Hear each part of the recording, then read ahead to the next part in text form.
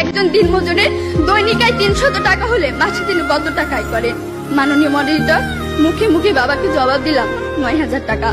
বাবা আমার কাঁধে হাত রাখলেন, চুলের মাঝে হালতো বেলে কেটে বললেন, মা রে, তোর এই বাবা হাই স্কুলের শিক্ষক হিসেবে মাসে 8000 টাকা বেতন পায়। আমি কোনো প্রশ্ন করতে পারিনি বাবাকে, লজ্জায় বাবার মাথাটা নিচু হয়েছিল। পৌরাত্রে দ্বার প্রান্তে দাঁড়ানো বাবার বয়সে চোখ হতে খসে পড়ে জল। জানি না মাননীয় মডারেটর, আমার বাবার বয়সে চোখ থেকে খসে পড়া জল শিক্ষার মানকে কতটা টেনে তোলার যোগ্যতা রাখে। মাননীয় মডারেটর, এই যদি হয় শিক্ষাগুরুর জীবন, তাহলে একটা সময় হয়তো এদেশে আর কোনো শিক্ষকই পাওয়া যাবে না। এমন বাংলাদেশ আমরা কখনোই আশা করি না। মাননীয় মডারেটর, 30 লক্ষ লাশের একটি পাহাড় মারিয়ে আমরা বর্তমানে এসে দাঁড়িয়েছি। 2 লক্ষ মায়ের স্নেহের আঁচলে সাজিয়েছি দেশ।